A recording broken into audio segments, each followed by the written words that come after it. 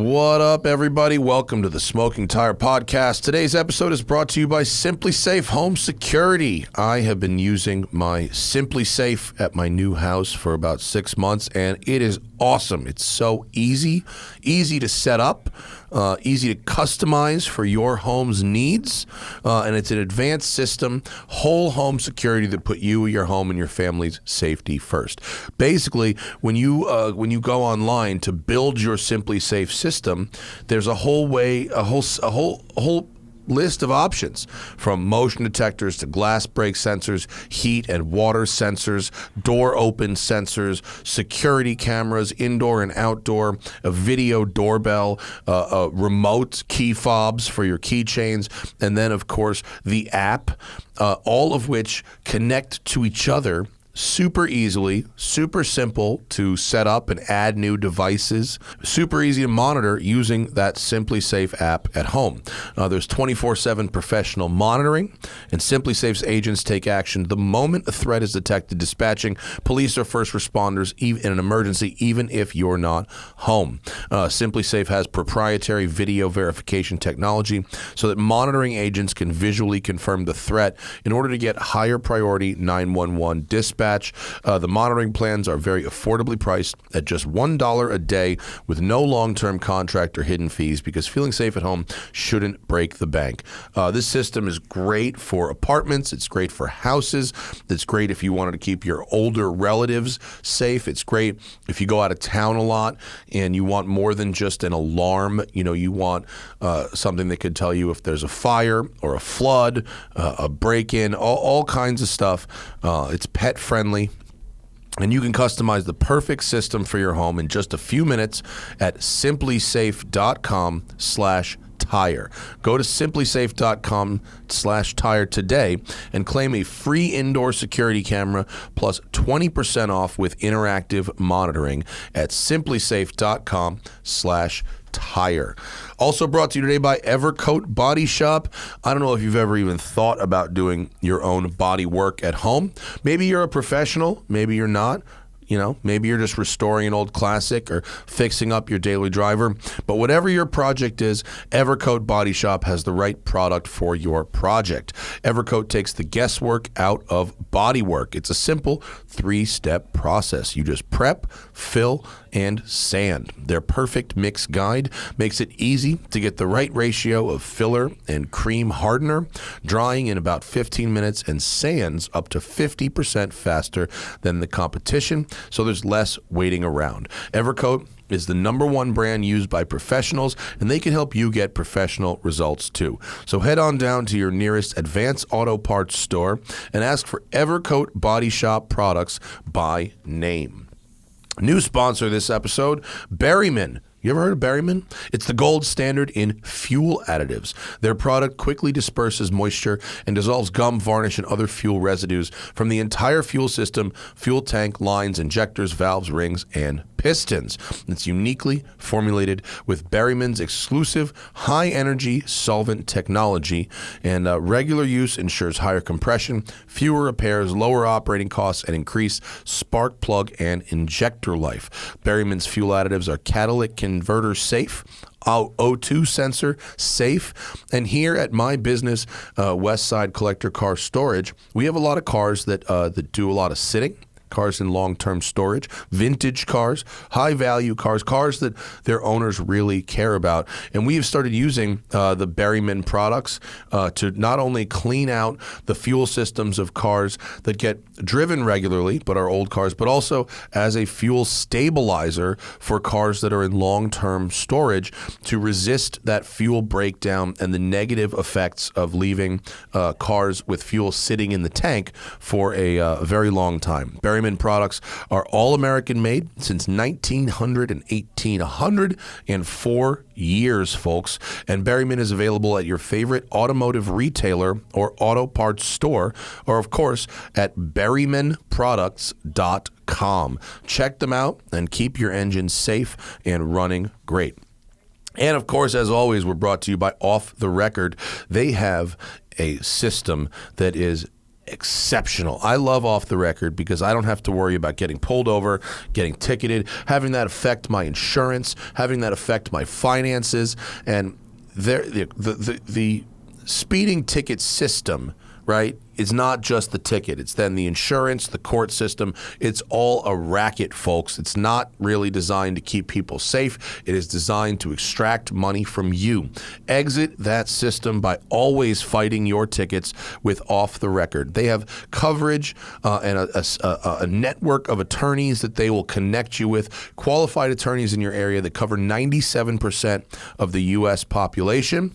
So wherever you are, whether you're near your home, on a road trip away from home, have that Off the Record app on your phone, or you can go to offtherecord.com/TST. If you've got the Off the Record app, you can input code TST10, offtherecord.com/TST, or code TST10 on the Off the Record app. That'll get you 10% off all legal services through 2023.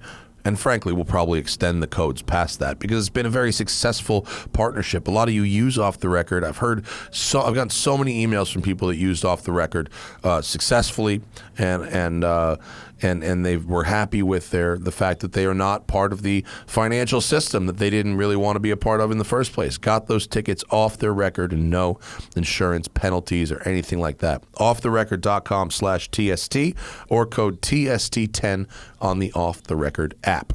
Alrighty then, on this show, Zach and I travel up to Monterey for an event called the Hypercar Invitational. It is a special two track days at Laguna Seca, combined with a runway race for some of the craziest modern performance cars imaginable. I'm talking about Senna's, LaFerraris, Koenigsegg, stuff like that. And it was actually very crazy. I had a great time, and we'll talk about the track days specifically on another show and my ride in the Valkyrie. But on this show, we've got my co-hosts for the event. We've got Randy Pobst. We've got Ben Collins, the former Stig and racing driver. And we've got Justin Bell. We've got a triple show. We basically set up a booth at the registration area for Hypercar Invitational on the first day of the event. And we got to talk to each of them about their careers, about racing, about Pikes Peak, which is upcoming, and more. So it's a big show. We got Ben Collins, Randy Pobst, and Justin Bell on the Smoking Tire Podcast. Welcome to the porch. It is the porch of the Land Rover Experience building, I think. Correct. Here at the Quail Lodge. We're in town. We're in Monterey for the Hypercar Invitational. Zach and I are doing a live podcast today. I'm then doing a not live but recorded segment tomorrow. I will be doing some hot lapping at Laguna Seca, the Cadillac Blackwing. We've got some other celebrity guests here to get on the show, and good lineup. Very strong lineup. And as it sounds like, there's going to be guys in hypercars. The very first guy I met here. So basically, what hypercar? It's what it sounds like. It's an in-night event, Laguna Seca, loud sound day, because some days at Laguna you can't have a loud car. Right. So they got a loud weekend. That must have been expensive. They got a loud weekend, and had folks in their ridiculous exotics, hypercars, race cars, come out to lap and have all kinds of hoity-toity, fancy schmancy activities. They've got a runway tomorrow for acceleration runs, which is very cool. Yeah, and the idea is that, for people that are in the market for this type of car, right? You don't just want to go look at it.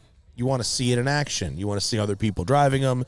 Some of the manufacturers are here with their demo cars. I was just right over there poking around those Zenvos from Denmark. Interesting car. Yeah. They've got so they won't like me saying this. It's like, remember how Koenigsegg started with a Ford motor, and then they now build their own motors based on a sort of Ford architecture, but their own casting and stuff. So that's what Zenvo's doing. Twin supercharged 5.8 liter flat plane crank. Whoa. V8. Sequential gearbox. The LS, is that why you were it's talking not about it's like LS based architecture, but they say they cast their own blocks. All right. So I mean, flat plane twin turbo. That's pretty good. Twin supercharged. Oh, twin supercharged. Rotrex supercharged. Oh. It's like 1,200 horsepower. Whoa. And it's got this wing that is on hydraulics, so Right. the wing tilts left and right. So if you turn right, it leans right. Yeah, to create that Theoretically downforce. pushing the downforce toward the outside tire more, right? Yeah. Yeah. It's a concept I first saw in that Aero Motions thing a few years ago, and now Zenvo's doing it. These things are like $2 million. A lot of carbon, all made in Denmark. They said they basically have like, they say, and I can't confirm or deny this, but they say they have no suppliers because they're in Denmark, so they have to make everything. They said they basically make everything Which is on very the car. expensive. The white one over there has carbon wheels as well. The blue one has forged aluminum wheels. You know, ceramic brakes, and it's a very high performance looking thing. It's the same basic shape that we've seen from Zenvo for a long time, but apparently this is these are production cars. You can buy those. You can buy and drive them now. Yeah, and they said the white one is actually for sale. They're trying to sling that white one while we're here. So the white one is a static. They drove it up, but it's a static display, and then they're going to be lapping the track in that one. So manufacturers trying to get, these owners of hypercars to see it, because these guys, as we've talked about before, it's not either or, it's and. Right.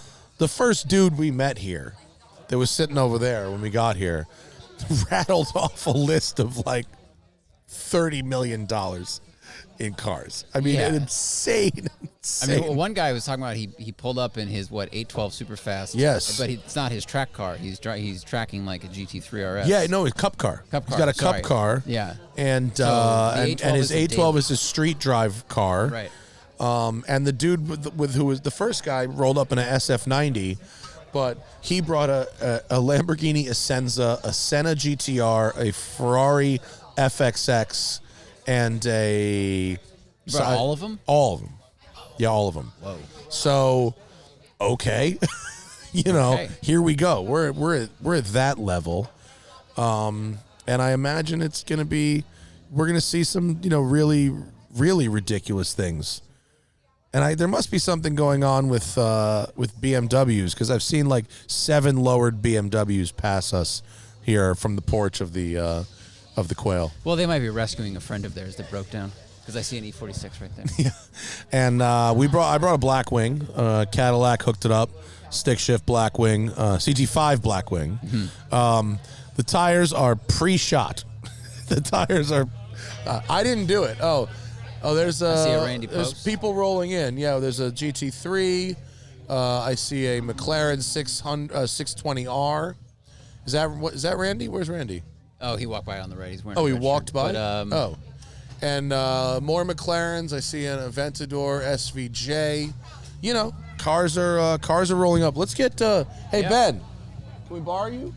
Yeah, Justin, 20 for you, brother. We got some guests. Take a seat. Ben Collins in the house. What's up, my English friend? It's great to be here. Welcome in. The sun's out. There's a lot of cool-looking cars. Yeah, buddy. There, it looks like the fleet has just arrived. Yeah, it's going to get noisy, which Is is that what it's all about. Is that the produce traffic fleet? You think? It could be. Is it, Ryan? Is that the produce traffic fleet? It is. A bunch of folks were coming down from San Francisco, and apparently a fruit truck overturned. Oh, that's what you mean. Yeah, no, Right. literally, So they've plowed through a bunch of watermelons and strawberries. Yeah, Yeah, it's like a film shoot. Explains why it's so colourful. No, it's pretty amazing. Kind of a mix there. A lot of Italy has just landed in the car park. This should be a weekend, huh? I think so. I think Laguna Seca is it's one of the toughest tracks in the world. Most rewarding as well. It's beautiful with the elevation change, and I love it here. You've obviously got tons of racing experience as well as tons of street car testing experience in the white suit. What is your Laguna Seca experience? I raced here when I raced in Indy Lights, so 1999. That was a while ago. I've been back since then. My teammate then was Scott Dixon. Oh, who's that? He did pretty well. And who'd have known? But I recognise I had my hands very full as his teammate back. Back then he was an incredible talent. Come hot out of New Zealand, and had raced a similar car in Australia in the Holden powered machine. But yeah, Scott was awesome. We had a great time that year racing around the US, first time racing on ovals, from 1 mile to 2 mile. It was an incredible experience. And Scott went on to Pac West, and then here he is.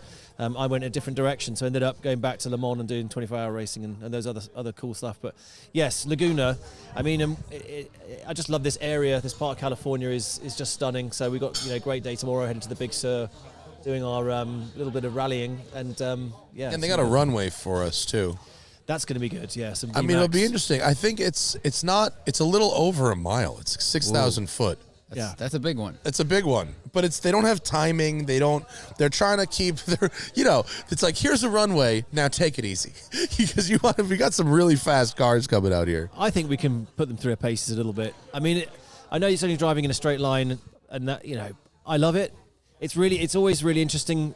You can look at weight and power and all that kind of stuff, but actually it becomes meaningless when you put the car down, the way it soaks up the tarmac, the way the tyres work, the way it shifts, and all those things come into play, as well as reaction time. I mean, if I do happen to be on the tarmac wheel to wheel with you, we can put ourselves to the test as well. Well, those Zenvos right there are like 1,200 horsepower. Do you see those things? I've seen this. They're the one with neat. the wing, isn't it? It's the one with the wing that tilt, the cantilevered wing. I'm really excited to see how that works. Yeah.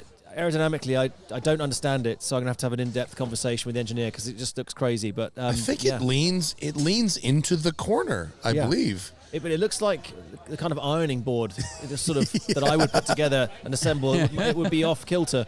Well, did you ever hear, like, for a few years ago, there was a company called Aero Motions? Do you remember this one? I don't know this It one. was a 2-part wing that was an aftermarket deal, and it would do this. It had it had a joint in the center, and when you turn, it would connect to your steering, and your inside, it would give you more downforce to keep that inside down. Okay. And it worked so well, they banned it from certain levels of time attack racing. So Interesting. I think it's that same type of science. So it did work. Yes, it did. I found a lot of the stuff that's reactive. It really has to be in sync with the driver, otherwise you end up fighting with it. Like magnetic damping, all that kind of stuff. If you notice it, then there's a problem. Look at this gold Aventador. Looks like a fishing lure, doesn't it? It's gold SVJ.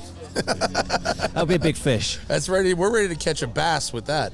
That actually, I actually know somebody with a gold Aventador SVJ. I wonder if that's my friend.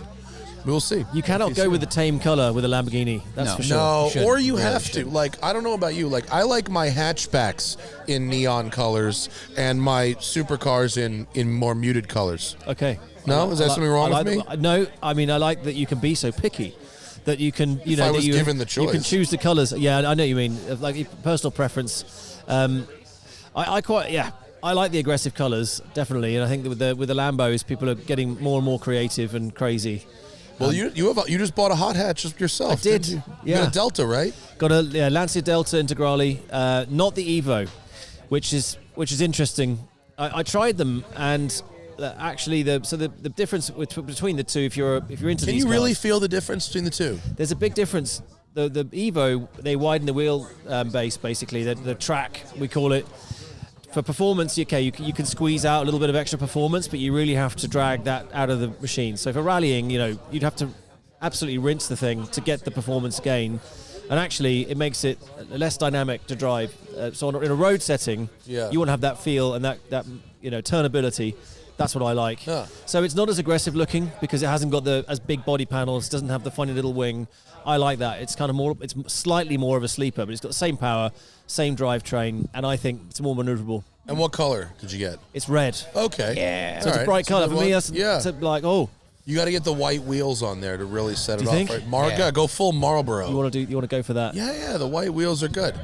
I've driven one once. It was not an Evo, but it was a 16 valve, and it was excellent. Yeah. Really, really fun.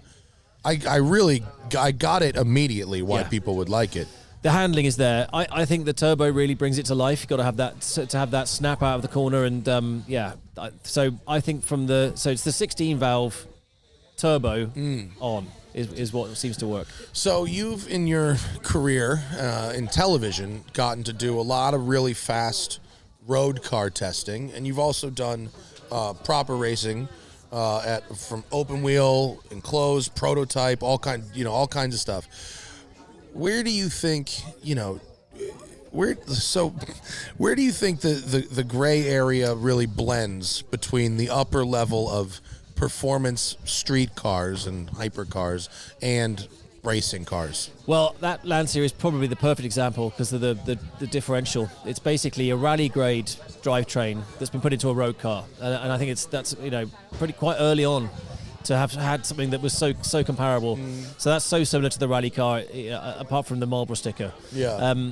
These days, I think there's a lot more. You can see a lot more breadth of DNA that comes through, like the engine technology, all those sort of things. I'm trying to think of a sort of modern car that has those links.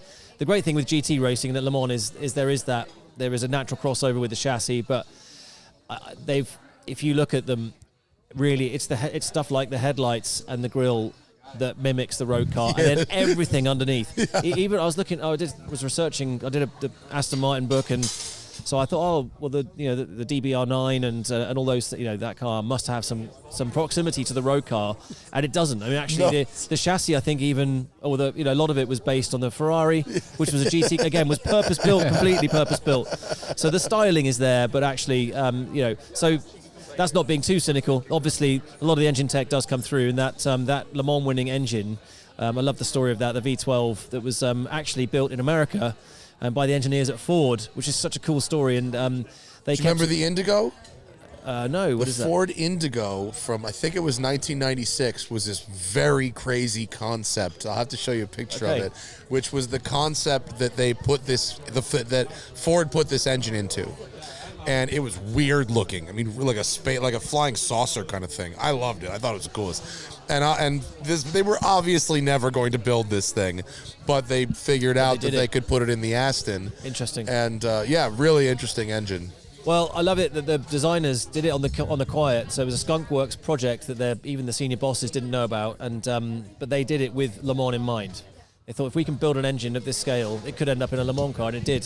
So that 100% was something where I suppose the engineers sowed the seed of potential into the road car that then made it to Le Mans. I love that. It's a good story. Well, now we're at a level where, and I think this started maybe 10 years ago, where the road cars that these companies are capable of building are so fast, that there's almost nowhere left to drive them. Aston is bringing out this Valkyrie thing, which is 1,000 horsepower and 2,500 pounds or something.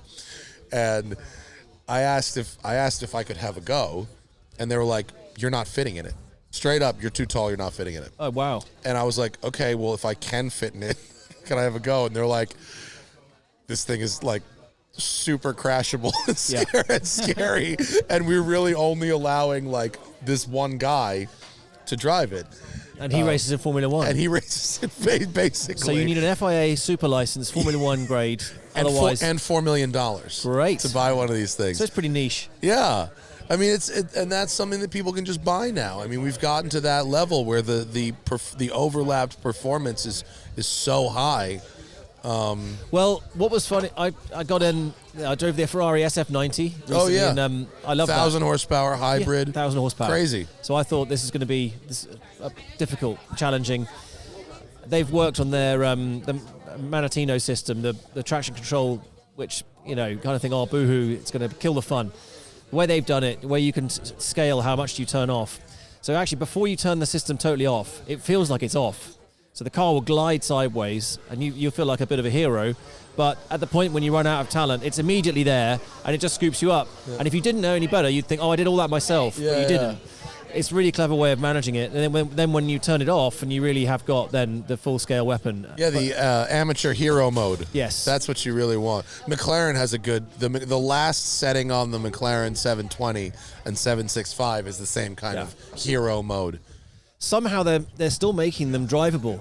So that 1,000 horsepower, it's incredibly fast. They're getting heavier. Yeah. That Aston is the difference because it's 1,000 horsepower and it also weighs, it's like a feather. Yeah. Normally, with the Ferrari, it's got the battery pack, it's got these electric motors. So that extra weight, it keeps it pretty planted, but the Aston will really be an incredible amount of sensors going on. Like when I drove the Sf90, I could drive it at Fiorano for like 3 laps, but they showed all the data that they had afterwards, like to watch the journalists, and they had steering, braking, gas, everything, and then they're showing how much the front motors are activated, how much power you're getting from the rear. It's like this crazy concert, and I think it kind of works to keep the driver a little bit safe and tame things down until you're pointed straight. It's what's funny with electric as well is it's turned everyone into a hooligan. Oh, like, yeah. So the old days, I don't know. It was the guy in the Audi that we used to be on, in your grill, up, coming up behind you on the freeway or something like that, and flashing lights. And now it's someone in a Tesla, and because they've got the power advantage and they can do the 0 to 60 launch, and you've got the insanity and all these things. And going without on. noise, you can be much more of a dick. You can. When you're not making noise, you can just put that car 'Cause you're eco. anywhere. You're righteous. Yeah. So the 0 to 60s are now regularly under 3 seconds, and I've noticed the first launch I did in a road car that could do that was the Bugatti Chiron Super Sport, which I got to drive, and that was like, I think it was I get it wrong, I think it was around 2.4 2.5 seconds to 60, and below 3 basically you feel your brain moving around, so there's a double whammy. It's kind of like being a fairground ride, and off you go. And now, but all these electrics can punch you to 60 When you get that speed. that same level of acceleration without any associated noise, it's really disconcerting. Yeah. We just had the Lucid, which is like a 9-second quarter mile. Yeah. Silent, and you feel ill. Has the human race evolved for this? No. Fortunately, the tyre has. Yeah. So the only reason we're not getting squashed into trees and stuff so regularly is because the tyre tech has managed to harness this amazing power. Yeah. But it is funny because we're like, these things are turning into UFOs. What was the first race car you drove that had 800 to 1,000 horsepower, if any? Did you ever race in a Yeah. like that? Do the race cars even have that much? Well, I got up to, so when I was doing Le Mans, it was in a thing called a Le Mans prototype, which was 900 kilogram, and it had 800 horsepower. So that was called an Ascari. It had a Judd F1 grade engine in it, and yeah, in fact, it was incredibly powerful. When it was raining, you could spin the wheels in 4th gear or even 5th. It was a lovely piece of kit, incredibly noisy. You had to, 12,000 RPM, absolutely incredible. Just loved it. And so that figure has stuck in my head as being, 800 horsepower to be respected because of how much that thing took everything to drive it, controlled. It was always a wrestle with the steering wheel. Yeah, now I drove a car yesterday, a Lamborghini that was souped up to 1,500 brake. And we went out onto the street with it and sensibly did a launch from it first just to see what it's like. And it's got all 4 wheels like snatching at the tarmac. And again, somehow they've managed to get it. It's actually drivable. It is usable. It's not just spitting you off the road. So It's amazing. it is amazing. Turbo Lambos are fun, aren't they? I thought it would be crap. Honestly, They've figured it out, though. yeah, I was all ready to be polite and say, "Oh, that's cool and useless," but in fact, I loved it. I absolutely loved it. I was instantly just crying with laughter. It just made me laugh. You get used to the acceleration and everything, but to have something that is grappling with tarmac, you can just feel it slithering just under your feet. You don't even have to turn it up that much. You can do a pretty low pressure turbo system on one of those things that you could use every single day just as a car, 900, 1,000 horsepower, and it's a riot. I love it because it's the torque is lumpy, slightly lumpy, so you do get these surges of power. It's not it's not linear. It's not. It's the opposite of boring. And I think they try to bring back that old school yeehaw turbo. It's exactly, and it's got a lovely chug when when it's on tick over. It's kind of like a Harley Davidson. They've actually got one there. So this was at Sheepy Race. They've got one that's got 2,500 horsepower, which they didn't give me yesterday. Look at that Corvette. That's lovely. Oh, sweet. Is there a car show, or is this just what people drive around here? I think this is. Did you see that beautiful MG or Triumph TR6 that went by before? I missed that one. There's just like, see the vet. Love we're it. just sitting here. There's like people driving really nice stuff by. Yeah. I guess Is this what it's like to live in Monterey? I guess so. I think it is at the golf club. I think you can't arrive in anything less than something special. Concourse quality. Yeah, man, the history and tradition. I mean, it's 12 minutes from a racetrack. I It's guess. one of the best, racetracks. Oh, here, look, Makes sense. the transporter is backing up. Someone is about to poop out supercars all over the tarmac here. Something big is coming for sure. Where do you think that guy backed this transporter down from? Oh my God! This is Monterey Car Week. The whole lawn is transporters. Look, I think it's a Volvo. Volvo Estate, everybody. Station wagon. Listen, if it was one of those, I've seen those cool like Walkinshaw ones. Yes. TWR. Those things are amazing. Those were the days. Yeah. Yeah, because standard was the sort of had the thermos with the hot soup and the winter blanket and on the back shelf, maybe a couple of pet dogs in there. I loved it that they turned that into a sort of badass racer. Yeah. And Cyan, which is what Polestar became. So Volvo acquired Polestar and spun that off into an electric car brand, and now Cyan is the racing team, and they've just brought this like resto-modded P1800 to America. It's all carbon body. It's 1,000 kilograms, 2,200 pounds, 420 horsepower. It has a Hollinger dogleg 5-speed gearbox, limited slip diff, big brakes off the modern car. Yep. I get to have a go next week. And it's electric? No, it's gas. Okay. It's a turbocharged 4-cylinder, 2-liter, 420 horsepower gas motor. Yeah. It looks great. No, it's the Volvo motor. It's the Volvo one, and it's $700,000. Okay. Because it's a full carbon fiber body. Yep. And it's not quite a Singer, but they're definitely latching on to that type of market, you know. I've been enjoying seeing what they're doing with the carbon because I've always been used to the traditional weave, and now they've got this. What's it called now? The pressed, forged carbon. Forged carbon. Yeah. That's it. Really cool. Zenvo has it on their car, and they call it shredded carbon, which is a kind of a fun name. It looks like it's like confettied, kind of. Did Lambo start with that? Remember Yeah, the interior Lambo did it with panels? the interior panels. Yeah, it's like pressed. Yeah, I'm pretty sure it's cheaper because you don't have to line up the Like, is it the the particle weave. board of carbon fiber, even though it's still It very has. light and Well, what they told me over there is even the lined up where it lined up, it's just the outer layer that you see. The forged carbon and the woven carbon, it's all the same underneath that very top layer. It's just that they Style. said it's an aesthetic choice. Got it. Yeah. Okay. I'm excited to get hold of that Zenvo. If they'll give me the keys, I'll be in that straight away. They said there is a possibility we can have a go in that blue one. We Yeah. need to. He said the blue one's got 12,000 miles on it. Okay. So that's their like durability mule. Yeah. Or whatever won't notice they call a few mule. gentle miles around Laguna. No. Yeah, right? What are tires for? Yeah. It's got a 458 with an exhaust has arrived. Lovely car. Those are great Yeah. cars. 458s are excellent cars. That was the end of an era. Yeah. Everything since then with the turbo, a very different beast. Yeah. I think the 458 is the most underneath you Ferrari I've ever driven, and as a result, they're creeping up in price. Everyone's recognizing it was a special moment. Yeah. And Two, beautiful styling. 3 years ago would have been the time to buy one of those. They were down in the 150 range, and now they're just right back up. And their 430 Scuderia, they're kind of Still closely. still underappreciated, Right. value-wise, those cars. So we should do a timeshare. It's not too late. 3 ways. Plan Sure. B. Okay. That's some dangerous shit. It is. You gotta be with the. I have friends who do that, and they are like rich. Like you gotta not care if that thing gets written off. You know, you really gotta be Rico Suave to That's do what that. have a good relationship with your insurer. And this is the dangerous thing with auctions, though.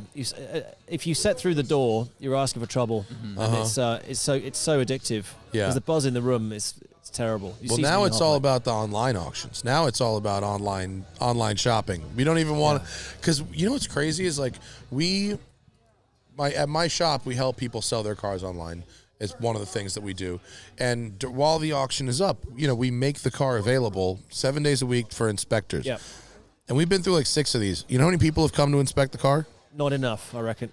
Zero. Not a one. I can't believe it. But then again, I'm sure you do your inspection and you wouldn't sell a turkey. I mean, I don't. Well, fact of the matter is, I don't know. I Yeah. mean, I take what the customer says, their word. We take photographs, but like, I don't know. There's no way I'd do that. You want to see it. You Yeah. got to look in the areas where it could be rusted out, or if someone's put some terrible makeshift Right. device There's in it. spackle in there somewhere. Yeah. You can tell. You kind of get a feeling, and you want to know, but it's almost impossible for the internet to tell. Even with I suppose with exhaustive pictures, you can maybe get It better. helps, but you're still. There's some very impressive detectives out there, like Bring a Trailer kind of set that tone, but it's only if there's exhaustive pictures and it's what you can see, because they can't turn it on, they can't feel it, they can't feel the steering and go, ooh, this bushing's kind of going. It's not like a virtual tour of a house. Yeah. My friend just bought a house sight unseen. Yeah. Swear to God, bought a house in a different city, completely sight unseen. Wow. It actually worked out okay for him. He got there and he was like, it worked out all right. Yeah. But did someone check it out for him? No. Wow. I mean, he had a home inspection, like an inspector did. That's pretty brave. What do we got there? We've got a 488 Pista and a GT3 RS with GT2 RS. Is Matching that a 2? colours too. It's a 2 Beautiful. RS. With they are rolling in. Was that GT2? I think it was a 2. Yeah, that's my favourite. It's only a 2. Of the I brought RSs. this van. This They're is my rowdy. van over here. Yeah, they're great. They're excellent cars. They're really amazing. I was very fortunate to spend a day doing passenger rides in a GT3 RS, and then I was throwing the keys to the GT2, and I thought, what would this be like?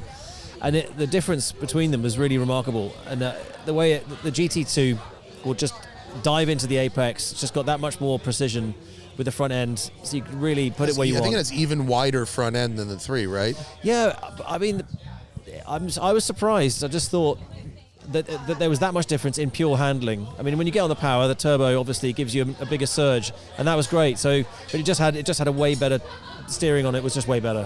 What stood out to me about that thing was just how effortless the speed was. I mean, it was just insanely fast, but actually very easy to drive. It didn't really make you work for it too much. It was great. I love the 911s. They're grand. So I've got a 997 turbo, so it's a bit old. Yeah, but those are great. They're really fun. Excellent. It was the last manual transmission. Well, they've reintroduced that in recent years, but you kind of have to go out of your way. Zach just got to have a go in the Sport Classic, which is the rear wheel drive turbo S with a stick. Which year? It's brand new. 23, okay. 2023. I can't talk about it's embargoed and all that stuff, but it's those are the car parts. But you could pretty much guess. Yeah, it's the 3.7 turbo motor, but it's turned down a little bit to protect the transmission. It's got a 7-speed manual and big brakes and all that stuff. Did you like it? Am I allowed to say that? You can. I think you can non-specifically say whether you liked it. It's a big power car that puts the power to the rear. I like that recipe. All right. I like that recipe. Well, for the audience, he's nodding and smiling. Well, what I will say is I got to see their storage with 700 cars in it, and seeing the generations of 911, you see how much they've grown. Yeah. So your 997, in my opinion, is kind of like, I think, the best looking year. It seems like the right size, but it's got the modern shape to it. That's so true. The new ones size. are big. They're big. And you don't notice it. You look at it on a photograph or something, and it looks the same as previous years. But when you park it next to an older one, they're way bigger. Yeah. And all the fenders are taller. There's a big, like a roll to it. It's like Formula inflated. 1. I mean, soon enough, the Formula 1 car is going to be as big as a county. Yeah. Meanwhile, my Lamborghini Countach is tiny, and it looks big in It pictures. does look big. And yes, you'd think it's a huge muscle car. Yeah. You got a Countach? I do. I'm so It's the jealous. best. What color?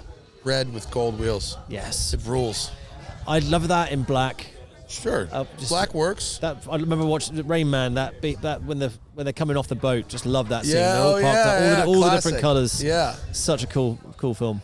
Justin Bell is in the house. Yeah, all right. You want to tag team in? You want the seat up? I've warmed the Tag team seat. in. Gonna One bring- Englishman Here to he comes. another. He's coming. It's not too warm. He's coming in hot. Ben Thank will you. be here He'll be here all weekend. Literally. See you very soon. Thanks, Ben. Thank you, Justin Ben. Bell is in the house. Hey. What's happening, brother? Welcome. Nice to see you, man. Nice to see you. What's going on do you know with the Batman GMT? Yeah, what's looking going good. on is- Let me adjust your bezel. Yeah, can you do that? There we go. The You noise weren't mixer, yeah. lined up. I've never lined up. Well, fancy seeing a guy like you in a place like this. I know, right? I mean, I'm they are never at car things. never at car things. It's beautiful, isn't it? What a way to kick it off. Perfect weather. I just drove up. Did you drive up or did you? Yeah. Did you get a press car? What'd you drive in? No, I just came up with my kids and my son in the truck. Wah, wah. Do you know what? I just left it too late. I just didn't. You didn't ask. Didn't ask. You have to ask to If you receive. don't ask, you don't get. I got a right? Blackwing Cadillac. That's really, It'll be nice. really nice. Yeah. Yeah. If Do I- they know that it's not going back in the same condition? I probably- pre-warned them. Oh, You did. Ben, you're blocking the shot, buddy. Ben, your ass is in our camera. Right. The man's always got to be on camera. No, I told them, like, listen, order up new tires now. Yeah. Don't when the agency come to pick it up and they do that little walk around. Yeah. Do you feel the same as I did? They do the walk around. I don't care if I only went to Ralph's in it. They just find walk around something. and you go, I hope they didn't. I mean, Hope they didn't notice that. did that bug hit it real hard? I know. But But then you know I see what? the way some of some idiots treat these cars, and Oh, you go, dude. okay, I'm not even in that By league. some of these idiots, do you mean like Other Motor Trend? journalists? Yeah. it's Motor Trend. They're- I And mean, Randy's here too. We'll Randy. put his feet to the fire well, if about that. anyone can totally torture a perfectly reasonable car, it's Randy. And Jonny. The team of Randy and Jonny Yeah, together. but I mean, that's the difference. The difference is Randy does it. I mean, I'd say it if Jonny was sitting here right now. Oh, me too. And I will say this next Sunday to his face. Yeah, exactly, when he goes up Pikes Peak. Yeah. Randy has spectacular wrecks because he's on the limits of human performance. Right.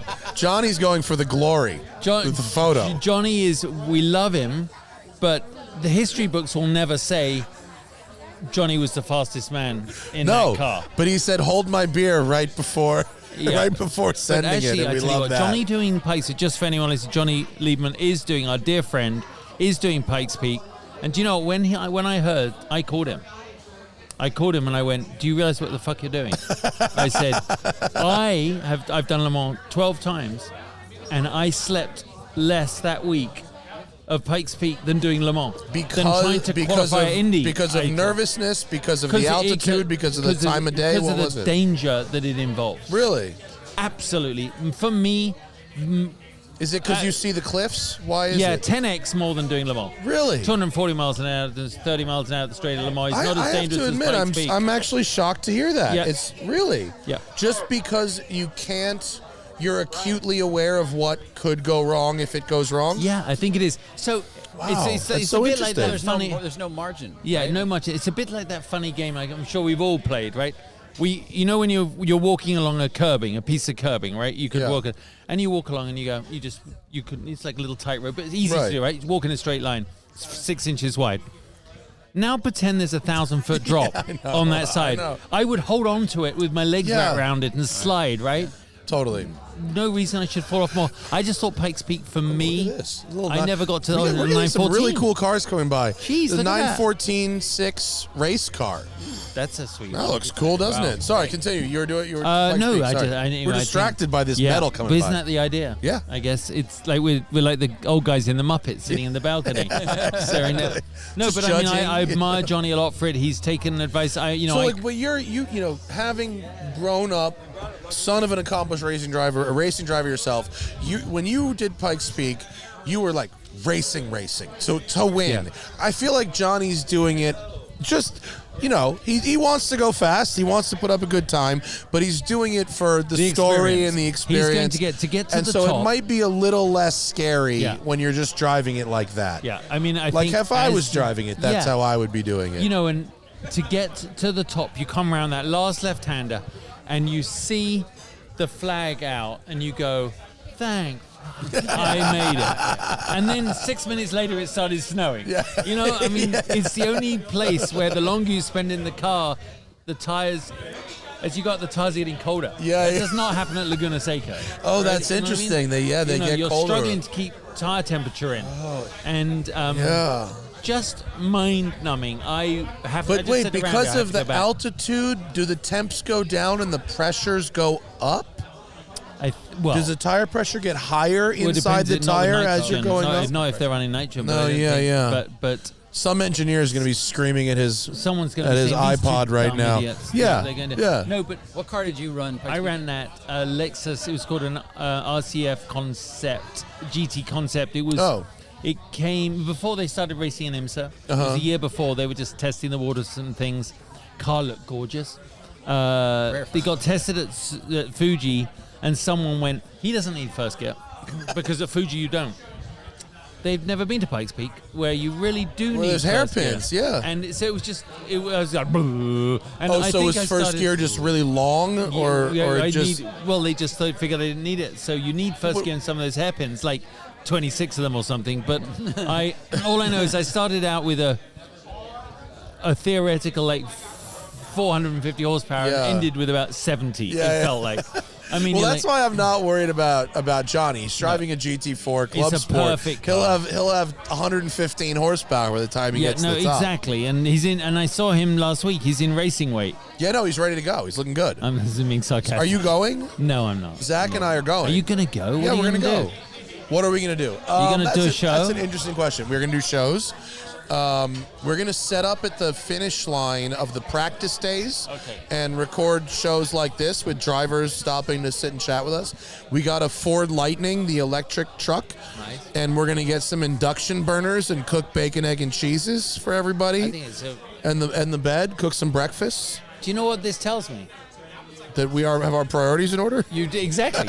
you need something serious in your life. Yeah. That's what it tells me. This is work that we figured out how to make this shit work. I love it. That's yeah, good. and we're gonna shadow Larry Chen, the photographer, because he's been so many times. He knows the great spots for watching. It's when you're sitting there in the parking, waiting to go up the hill, 3:30 in the morning, or 4 o'clock or whatever, 5 o'clock, 4:30, and you're sitting in a line of parked cars, wondering what am I doing here? And then I did the middle section first. I never drove the hill before. I went twice up in the thing. I never did a simulator. I never did anything. I just turned off. Did you never drove it just at tourist speed at all? Yeah, tourist speed. Yeah. As you know, there's a very big difference between being on that side of the road looking at an apex to this side of the road. Of course. So, I sat there and the first morning I'm there and you're halfway up the hill, at the mountain, and we have our little meeting, and it's really like the world's most best-known club event. Yeah. Right. It's so low key, but it's so big. It's a nice mix. And the guy goes, the official said, so we're going in 10 minutes, and I'm looking, going, it's fucking dark. What are you talking about? I'm not driving up there, and there's snow over there, and there's ice, and and then unfortunately a motorbike rider fell off and died, in front of us, and 2018. that put and you just go, this is all very bad. Yeah. But I loved it. I'm glad that in a world where we're supposed to wear a seatbelt to go for crap, you have that. Well, it does not make sense, right? We don't have like a good hill climb culture in this country. You if don't you have go Chelsea to Walsh New and Zealand, all these, New Zealand with the Millens do it all. They've got hill climbs every weekend. I know. And in England they've got a bunch Massive, of hill climbs. We haven't figured out how to make that work here. It's basically time attack. Yeah. Of its own kind. better of hell. time It's attack. better time attack. Yeah, I mean, have you changes. seen some of those guys? They got Yeah. like ex-Formula 1 cars up the hill. I mean, and you go, if the guy was sitting here now, I'd be like, hey, listen, if you could park my car around there. And it turns out he's, 27 times champion at Chelsea Walsh or something. And, I mean, he probably craps himself if you ever saw the same point twice. Yeah. He'd never done a track, Yeah. probably, but he does hills. I watch all that on They have Instagram. they have like a box truck, and it has all their championships listed on it, and it's multiple columns. And they have built their own tube frame, open wheel, twin turbo V6 powered whatever. Yeah. And then it takes off. You're like, these are serious people. Yeah. These are serious. Ex-IndyCar But talking about, or whatever. I know that we're not here to talk about all that, but I anything. was This is our stunned. show. We do anything we I want. was stunned last week reading an article about the Isle of Man TT. Oh yeah. Another guy died last week. Two guys died one day Every after single the other. year somebody Every year, dies. 2 already Yeah. this year. It just makes you go. And this guy has think- won it. This guy had won it an insane amount of times. Who died, do you know? Just an old dude, grey hair, and he's won everything. He's won it so many times, and he just got it wrong and died, and That must be the most dangerous race I think in it's the the world, most right? dangerous race in the Because world. someone, Dies all the time. what other event do they run where somebody dies every single No, time? no. Well, what other event do they do where they're going 200 miles an hour past a church on 2 wheels? I don't towards- know. No, I That's know. crazy. That's it. Have, Yeah. have you been there to see it? No, but you know who went? Bruce Meyer and those guys took a big trip there a few Really? years ago, just because they're bike guys. They love Yeah. it, and they said it was one of the best things they've ever done. I we have should to do it. go. Why don't we I organize have a trip to go. and just go? And I would love to do it. because I think it one day it's going to stop, and we're going to go. Yeah. We didn't go and watch the rocket take off. I mean, one day I'm sure they'll stop. I wonder if the Isle of Man can afford to stop They it. probably can't. They get 95% of their annual revenue from that race. And do you know what? They're not telling people to race it. I mean, human nature should be you don't have to jump out of a car. Oh, that you don't flare have side that's is very nice. Yeah, C10. you don't have to drive on a racetrack. And and there's other cultures and countries are a little more about personal responsibility when it comes to that Yeah, it kind of is. stuff. And it's a very Yeah. unique event. I think it pulls in unique people. I mean, you listen Yeah. to interviews with these guys, Joey Dunlop and the others. Like Joey, yeah. they could have tried MotoGP, but it wasn't in their path, or they weren't exposed to it. But this Fucking seemed, pussies. I think it's just like it seems a little bit more as an option because it's nearby. It's not I got to travel to Spain and now I got to travel to Italy. It's like here's this thing, and, they do it. our gladiator battle, and they do it. You ever watch the video of Guy Martin narrating his lap? Yeah. He's watching the onboard footage and narrating it. Oh, that bit's quick. And I'm just like, oh, okay, you're fucking crazy. This No, guy. but they are. I think bike riders, in my opinion, Right here, you're going do- 190. There's a drainage ditch here. You got to avoid that. Like, okay. No, I think the bike riders. You look at them at Goodwood. You know, you got like Richard Petty will be at Goodwood Festival of Speed, and then out would come and then there'll be my dad, or there'll be Jack Hicks or Sterling Moss or someone like that, and then there's this little old like guy that looks like something like what's the guy in A Lord of the Rings when he's like Gollum? Frodo.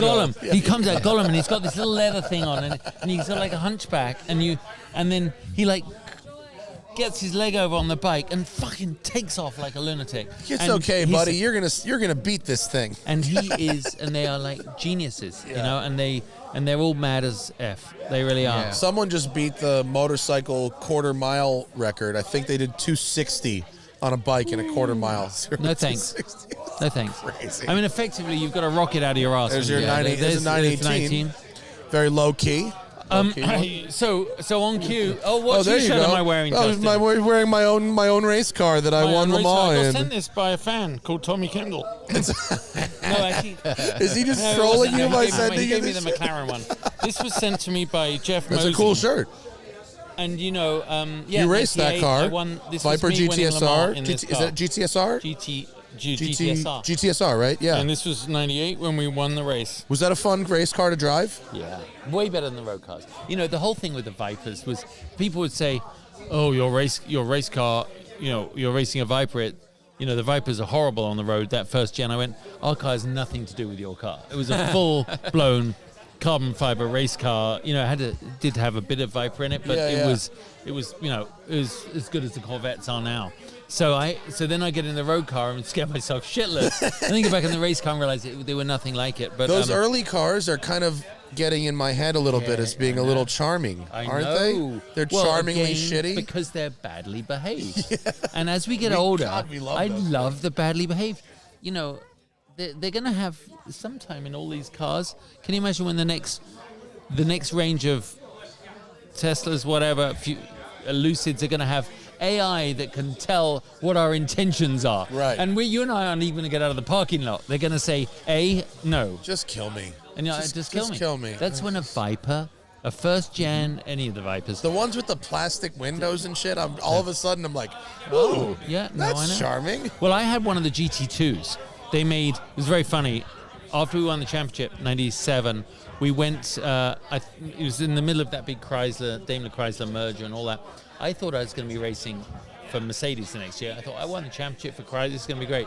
So we're at the Rensen, and we had this big award thing, a celebration, and they said, we're making 100 limited edition cars.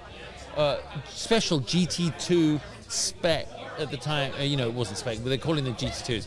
Has a white stripe, a wing on it, no other markings, very special. I went, I won in number 52, so I'll take number 52. I had no money. About 6 months later, this fax came through going, if you could send us $68,000. And I'm like, what do you mean $68,000? So I went to Chrysler. I just won the championship, though. I thought I would just get one. So I went to Chrysler UK, who I was doing a lot of work with, and I said, I've got a great idea. You'll never have this car. But if you buy it, what I did, I think I said, if you lend me we the need money. 10 days. I'll give you 10 of these amazing track days in this car. Oh, that's great. What's it going to cost us? $68,000. And you take care of the import. So they did it all. And then I sold it when I moved here to buy a house in the States. But did it drive like it was supposed to drive? It was just great. So if you do see one of the number 1 to 100, they're really nice cars. Really? They're really nice to know. Yeah, That's the really. secret. Got a beautiful white curved wing on it, and very nice blue interior. That car, I think, they're starting to get they're starting to go up. People are getting it. People are, because they're super analog, no electronics, and there's a core group of people that are really looking for that. right now. How much do you want to drive Gordon Murray's car? Oh my God, so Like bad. Like more than anything. Like actually, one car in the world that Yeah. I need to drive now is his car. Yeah, I just saw a 20-second video of Instagram of it going through a tunnel, and I was like, Yeah. yes, I need, please give me. And Gordon has designed it. He Yeah. did the original McLaren F1. He's sucker designed fan. it. Yeah, he's done it to bring back your responsibility as a driver to Yeah. drive it well. Yeah. You know? I mean, it's a 3.9 liter V12, 12,000 RPM, Yeah. 11,000 RPM, manual gearbox. I mean, what is not It to will like? probably be one of the most cars that delivers the most tactile feedback correctly. It's brought it ever. back, and you It have should to. We'll probably see one of them here at this event next year. Probably. I bet you will. Yeah. Probably, right? At least. So you just got here. Yeah, I did. We've been chatting with folks about what cars they've brought out. Suffice to say, the list has been excessive. I bet it has. I know. Yeah. Were you here last year? No, I just Okay. saw. I watched the video. It's going to be pretty over the top. Yeah, I this bet. Hypercar Invitational. Yeah. They're bringing these Valkyries. Oh, I the like factory car, and then Yeah. one customer car Yeah. as well. The Zenvo guys are here with these two That's cars. quite interesting. I don't know much about. I just poked around that car. What do you It's- think? I like it that looks rear wing. pretty The way cool. it- The tilting rear tilting wing. rear. I mean, I'm not really in favor of anything that can move that controls my life at the back of a car, but I'm sure it's pretty well engineered. That's so funny. Ben said the same thing.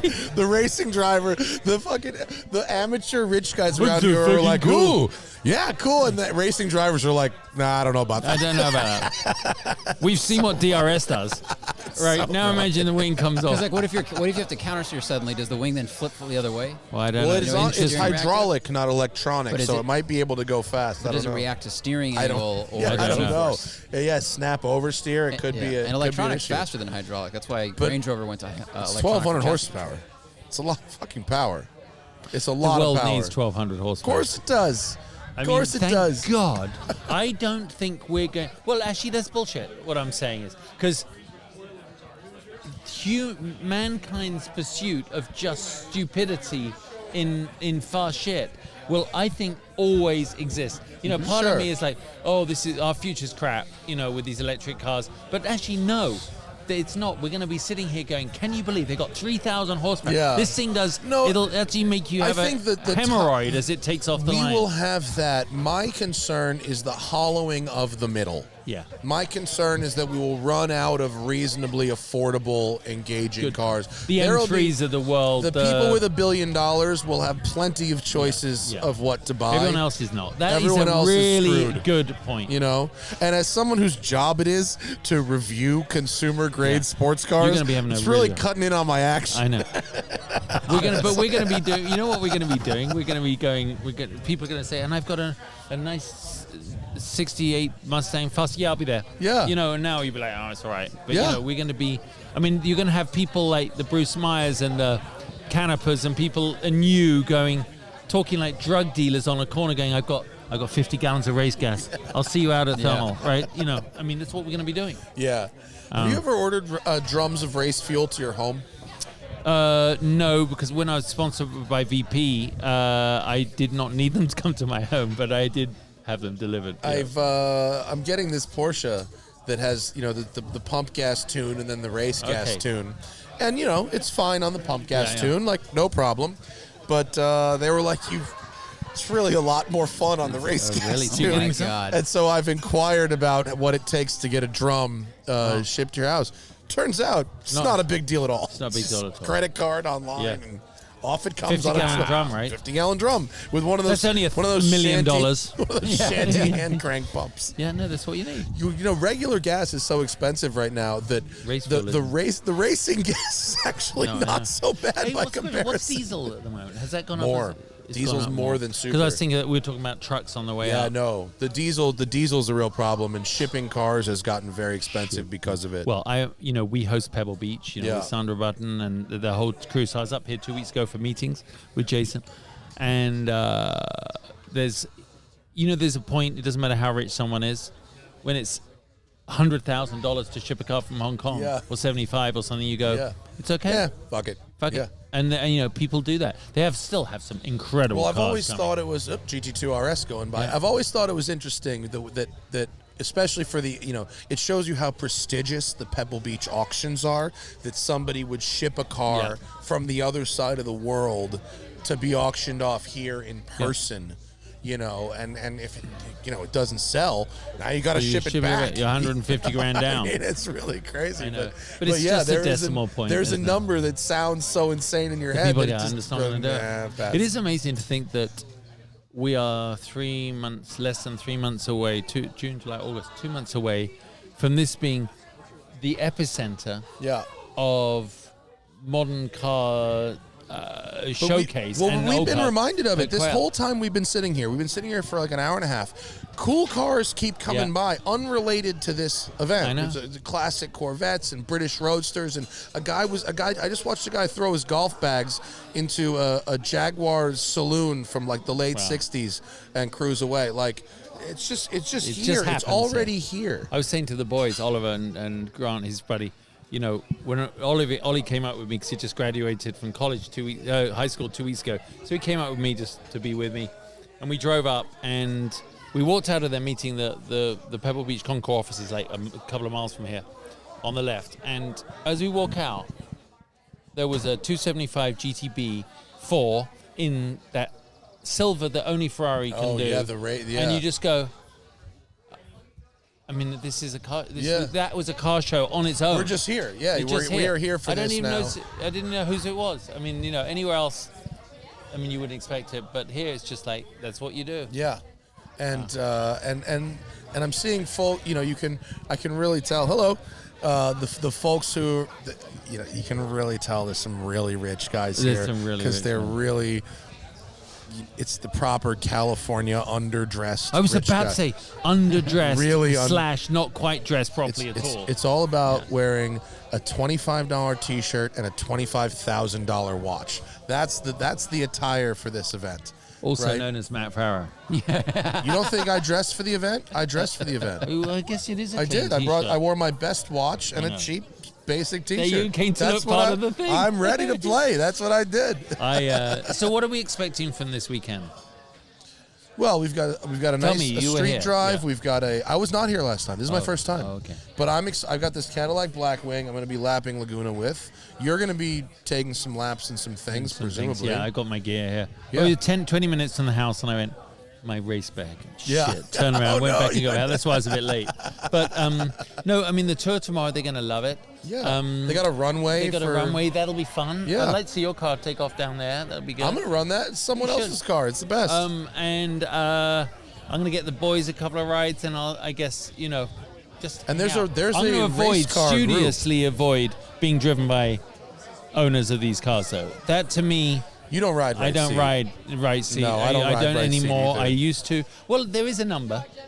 I mean, because I used to have a racing school. I had the just about Corvette driving school. It used to be Vipers. We started with Vipers. Oh wow! On Michelins, brave man. With no Michelin deal, with no ABS, no traction control. Literally, the margins were quite narrow anyway. And I'd see someone go out on a new set of tires into the chicane at Moroso, in Palm Beach, lock them up, and I go, well, that's it. We should go home now because they just did $1,000 of tires on the spot. That track has like a 3/4 mile straightaway it's too, becoming, doesn't it? I think, an Amazon distribution center now. Oh they ran there last weekend, like a month ago. Oh, it's now that's just been taken over unfortunate. as distribution. That's sad. Isn't that the only Miami area racetrack? No, they have now? a new one that Elio Castroneves is involved with. Oh, really? Down like a Monticello, like a little thermal, down in horrible area of Miami, but it doesn't matter. It's right in town. Every track's in a horrible area except this one. And another SVJ. Wow. All right. So I just don't drive. I just don't like being driven by other people. But sometimes, because I've trained a lot of people, you get some guy go, well, I'd really like you to do it. And you go, I just don't really. What car have you got? And if they go something, they said, I got a McLaren 720. I'd be like, I just don't want to do it. Yeah. Because the car is so fast, so easy to drive. You're going to be going way too fast, and you're not even going to know you're going fast. Yeah. Because the cars are so amazing. Yeah, you don't crash one of those at 50. You crash one of those at 150. Back to the analog visceral experience. In the old days, lock up, I miss a gear. It would naturally, your lack of ability or experience was evident by the way the car would respond. Right. Now, I'm not going to use the English description for it, but any old can drive McLaren fast. Yeah. I mean, because they're so freaking good, right? That's the thing with those cars. And and that's what happens when you own an SVJ. Yeah. So you said it depends on what car they What had. car would you? What car? If it said they had a Miata or an E36 M3, would you? I'd say let's more say it's going to likely have more fun. a We go? can slide it around. We can do it. Yeah. Or they say how much. Yeah. Yeah. Well, fortunately now, now you can instruct from the pits. Yeah. With a camera and telemetry system. If you have a video V-Box. I just I'd rather, if we sat next to you, I want to see how your hands move. I want to see how your body energy is. I want to, I can feel how you're going to drive before we even leave the pits. But in a supercar, these top cars, they are allowing people through technology to be at a level like they actually put them in without the finishing touches. It takes you from a shitty golfer like me to being a Tiger Woodsy standard golfer on more than one shot. Yeah. You know what I mean? You still point. can fuck it up. But never before has that happened. Yeah. No, the level of performance accessible to anybody with money right now is pretty staggering. Yeah, it is. Which is I why say racing has deteriorated in certain aspects because, when you're braking with carbon ceramic brakes, you can't mess up a gear shift. Remember the old days, you come out of a corner and if you're, oh shit, a missed shift and 12 cars that go by, Yeah. Bad but good. But the it is wild that level of performance has gotten so accessible, but we're getting to a point now where even that is like we're at the upper limit of We're that. at the upper limit. We're at the upper limit. And we're going to see some... I'm looking forward to seeing this Valkyrie thing. So am I. This level with the AMG 1, this Valkyrie thing. Now we're at the level of like it's getting really hairy. I mean, my friends at Fusion, motorcar guys, they sold one of their buddies a Senna GTR the other day, and I've driven a Senna, but not the GTR, not on a racetrack. So we took it out to thermal. And the car had never done 30 miles. So I'm like, tires, the thermal guys are great. They checked it over and I headed out. But I treated it like a race car. Yeah. Because when you put on a helmet in that car, it becomes a race car. It might as well be a race car. It might as well be a full. And there's a difference. There's a switch that goes off in like mine or Randy's head where you suddenly have to put on your like big boy pants and drive it like a real race car. It's going to hurt. And as I got it up to speed, I'm going...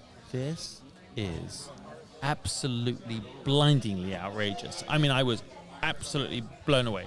And then in terms of how easy it was to go fast, or easy just to the edge, or just the like fact anything. that it was so fast. that it exists at all. You know what I mean? You could get up to 80% in it relatively. To go the other side of that, you had to really get on it because the commitment level through the corners and stuff. And I took people round in it. And, they're like, oh, this is fast. It's good. I'm going, no, you have no idea. I'm using all my skills here. At the other end, because the cars are so glued and everything. I do this for a living, and this is hard for me. The new owner? Yeah. I took him out in a smaller McLaren, a BMW, one of their track cars, then a 600 LT or something, and then this. And he did 2 laps. Yeah. Pulled in and said, I'll put it in the garage now. Thank you. That was lovely. That is the equivalent of me finally getting a date with Heidi Klum and having, getting her all, lubed up and ready for action and drugs and alcohol, and then me going, do you know what? Netflix has got a great new season on. I need to watch it. I went That's to how I drive feel that about it. Lamborghini Essenza thing, and they made 40 of them. Yeah. And they said half of their customers had never been on a racetrack before. And I go, that's insane. This car is like next level performance. And they go, well, in fairness, they probably won't ever drive them. They'll probably look at them in the garage, and that'll be that. So at least there is one of those that's coming here. So at least someone someone drives has brought one out, which is hopefully the other 20 You know, the 20 are never going to be driven in garage. Hopefully, the other 20 are going to be at racetrack, country clubs, and 20 of them actually shouldn't be driven, probably. Yeah. They should be just, they should be parked and Yeah, looked yeah. at and rubbed Yeah. on. No, I'm really looking forward to it. I think we'll have a good time. It's my favorite place in America, actually, being up here. Best track ever. I love it. I love the track. How I love did you forget to get a press car? Do you know what?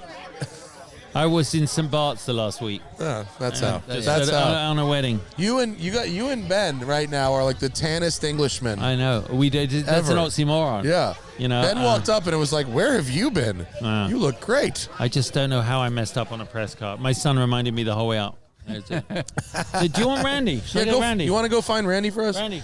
Go, Randy. Go dig Randy out. Look at him. Randy, I need you. Randy, can we borrow you, brother? We need to get Randy Pobst on the program. It's like looking Lucky at a dog. Catholic priest that goes fast, isn't it? Yes. Look at him. There he is. Turns out to be What's one of the happening? fast. I'm just saying, You you wanna look, come you have look, a- you're so have a seat in noble the and chat so real quick, elegant Randy? and so not. You want to come join us? Come and sit down. And by that, I mean kick out Justin Bell. This is Randy Pobst. Randy. Super fast, slightly deranged. Can we borrow you for a minute, completely Randy? mad. We're legally obligated. What's My happening, pleasure. brother? You've Welcome. been working hard, Matt. Well, we're around. You know Zach? Zach, A few Randy? years ago, but it's okay. Yeah, Zach. You nice to meet remember? I do. We were. I'm honored. I do. I'm honored. Hi, Zach. What's We filmed going the on? Discovery documentary at Pikes Peak. Oh, yeah, great. On the edge? Yep. We're How going was the, back. I know. I'm We're excited going for back. you. How was your drive up? Produce Well, truck? Let's see. We got to borrow a Bentley. Oh, nice. Which one? Bentaya. Oh, yeah. It was serene. Good massage seats in that one. Oh. I didn't know. I just get in. you Yeah, know? no, they got one. We got the black wing. It's got massage seats too. But you had to go in that, right? did. The manual transmission I Cadillac? did, yeah. CT5 and Yeah, the CT4. They're great. Which did you like better? Love 'em. Oh, the 5. The 5? The power. The CT4 is kind of a better car, Yeah. but power rules. Yeah. Power rules. the one That we have Cadillac now- V8, man. The one we have now looks like it has tires that came fresh off of one of your tests. I called Could have been ours. I called the Cadillac guy and I was like, these are going to be real toasted by the time you get them back. But were you here last year? Or is this your first time at Hypercar? Hey, man, you get a good heat cycle on those tires. They'll be fine. You can run them all week. They'll be fine. You won't go very fast, but your burnouts will be epic. They will be. Yeah. I think I've been at every Hypercar Invitation. Have you? This is my first one, so what can I'm losing count. what can I expect? Cool cars everywhere. You might get to drive some of them. That would be nice. Every time you turn around, last year I Yeah. hot lapped an LFA. How was that? How many people ever get to hot lap an LFA?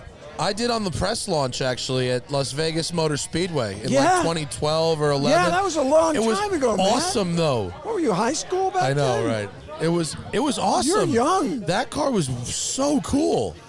I thought it was a little assy for my taste. They want to make cars lively, Yeah. right? And I think a good handling car drives itself. And the LFA was a little assy. It had the best exhaust note ever. What an engine. What a sound Ran though. great. What Yeah. an engine. What a sound. And that's where it's a real winner. Yeah. I think they're not the prettiest car. No. Really depends on the color, but yeah, I know they're what you mean. striking. They are striking, and they're unique. And they really it's really like a Japanese look. Yeah, it is, they isn't weren't it? copying anything from Europe. Origami. Yeah. It has yeah, some yeah. origami. I mean, Yeah. the body lines are like folded Yes. and kind of lay into each Yeah. other. You're But right. the sound is what does it. The sound sells it 100%. In a way, that's really good because there's this long history from the old days when I was a kid of the Japanese imitating. Yeah. And- right. When the early Japanese sports cars were looking like miniature copies of like Shelby's and Aston Vantages. Yeah. Yeah, and the one of my all-time favorite cars I had in college was a Datsun 2000 Roadster. Oh yeah. Looked exactly like an MG Yeah. or a Triumph. Yeah. Everybody thought that's what it was. Yeah. But it had 150 horsepower when the MGs had 70. Yeah. They So- ripped those cars. They're Oh, cool. it was a great sleeper. Yeah. the motor, the engine in that car had ports so big you could stick your fist in them. You could hear them. That thing, intake noise. Yeah. There's nothing like a couple carburetors and a big intake port. Yeah. The intake noise was louder than the exhaust. That's a pretty cool setup. Yeah, that's like a new Cayman GT4 RS. If you have had a go in that yet, I have. The air box in the cabin. It's like, I didn't know I needed that, and now every car should have that. Please put a carbon air box right behind my head. I think it's, when I was younger, right? I've been around a while. There was a time where I realized how important sound was, and almost nobody else did except the Italians. Yeah. But they just didn't seem to care. Now, it's everywhere. The manufacturers are making such an effort to make cars sound good, like the LFA is a great example. They had Yamaha consult on that. Yamaha's like musical instrument division tuned to the sound of that. Right? What? Wasn't that in the No marketing? Yeah, I think kidding. that was part of the marketing of that No car. kidding. Yeah. There's like that great meme where it's like, man, I'd really like to buy a motorcycle. Yamaha guy, cool. I have these. Man, I'd also like to buy a piano. Yamaha guy, you're not gonna believe this. Yeah. That's hilarious. What did you bring a car yourself, or just get chauffeured in this Bentley? Chauffeured. So you're just gonna hop people's cars? I was just an Uber guy in a pretty nice Uber car. And, I'm going to drive whatever I can get my hands on. Yeah. Meet a lot of people, got some good friends here. Well, you have a reputation for being pretty good at this. So Well, I drive a car as fast as I can, keeping my risk really low. yeah. And that's a pretty fine line, right? And you got to be smart. You do this all the time. Yeah. No, you don't I want to know. hurt somebody's car. No. But you can drive a car pretty darn fast and not hurt it. People ask me all the time, like, man, what is your, what do you do if you break someone's car? And I go, I gotta write a check, man. I'm not trying to break anybody's What? car. I'm not writing There's any no checks. There's no insurance But I just don't policy want for to this wreck kind them. of But stuff. what's the worst thing on earth? It scared me a couple. I've driven some really nice cars, right? Yeah. Drive a nice car, get out. Hey, thank you, man. It was great. He goes out and he does 2 laps and something breaks. And I'm like, oh. Did I I'm stress glad, that? Yeah, I'm glad that wasn't me. I mean, I know. Yeah. I didn't hurt it. Yeah. But it was just time. It was gonna happen, and you were the guy. And I wasn't just the guy got out, that, yeah. but it could have been. Yeah, definitely. It's part of the business, Yeah. But yeah, I drive cars with respect. Sure. People are like, oh, you're going to go burn that thing down. I go, no way. I'm going to drive it right. I'm going to drive it fast, and I'm going to drive it with respect. Well, and if it's give it back in the same shape with a little bit less tire and brake on it. if it's a certain type of car, it was built to be. If it's a manufacturer car for testing, it was built to be pushed. That VIN number is here for you to do this thing and me to do this thing, and it's gonna be subject to a bit more stress than someone's personal car, and that's okay because that's what the job is. Yeah, but we drive both. Yes, I know. I definitely But I treat prefer a them differently. manufacturer car. Oh yeah, definitely. 100%. Because they got an account for that, right? Yeah. I've never had to check in on it, but my buddies have. Yeah. But with a private car, man, that's his car. Yeah. No, for sure. I drove this 944 and it burst into flames. Oh no. And I'm pulling over. I'm like, whoa, we're on fire. He goes, oh, don't worry. It happens all the time. He gets out with an extinguisher. Okay, let's bring it back to the pits. Oh my I mean, God, you're kidding that's me? crazy. Start it? Wow. Yeah, sure. Wow. Yeah, so, but normally. Did you ever have someone who gets almost like a sexual level of excitement for you driving their car? Does that ever happen? It's weird, right? It's an honor, but I've had that in an airport. I love it. I mean, I did all these Motor Trend things. Yeah. Now I do a little bit with Icons and Haggerty and Yeah. Jason Camissa, And That's a people great don't series, by the way. see People on- should check that out. That It is. the E30 and 190E video that you guys Yes. did was fantastic. Thank The you. M5 and Tesla and and the Caddy. Blackwing. That was the Blackwing Yes. one. Yeah, that was great too. Jason is doing really great work He over really there, is. Him producing and those his series. director, Anthony Esposito. Yeah. He's a special guy. Yeah. And Doing between really the two good of them, work. Jason's so creative. Well, it's written and produced really, really expertly. They work really especially hard for on that that. budget. For Yeah. that budget, that is real high production stuff. They work really hard on Yeah, it. yeah. They do. You know, usually, I don't know about you, but I just walk up and get in and talk Yes. about what I felt. That's correct. I do. Those that. guys have it all planned. I know. I'm so impressed. Yeah. And when I'm there, I'm really just sideline. Yeah. You know, but it's an honor to be part of that because I really think they're the best car videos ever made. I think. Real car. You know, not like car-based comedy show. Sure. No. Real car video. I think I know who you're talking about there. I mean, there's different ways to do it. Yeah, yeah. And Haggerty Icons is still about the cars. Yes. Yeah. It's car primarily forward. it. It's not a buddy comedy Car with forward. cars as a backdrop. Yes, right. exactly. Yeah. And Can I they're talk about Pikes Peak with you? It's your Please. 100th anniversary next week. Yeah. You're driving the Unplugged Performance Tesla Model S. Plaid, yes. They've gone to Plaid. I know, right? I do, I have my issues with Tesla and Elon Musk, but Yeah. I really like that they've stuck with the Spaceball references. I mean, I cannot hate on a Spaceball reference. I hope they keep that up.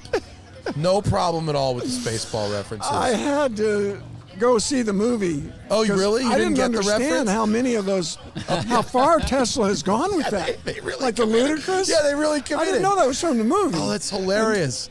That's what funny, it's yeah. from, people. It's Yeah, from the yeah. movie It's from Spaceballs. So that you was like Spaceballs was the movie of my childhood in the 80s. I watched it hundreds of times. I was an So- adult in the 80s. You should have seen it. You could have I seen had it a in theaters. stepdaughter in the 80s. I didn't. Never had kids, but So yeah. here's That my I know question of. about this, and it's not about the car specifically, but it is in general. With Pikes Peak, we've got very high speed sections into very tight hairpins, right? And one of the drawbacks to me of driving an electric car very fast is judging your entry speed. You don't have a tachometer, you don't have gears.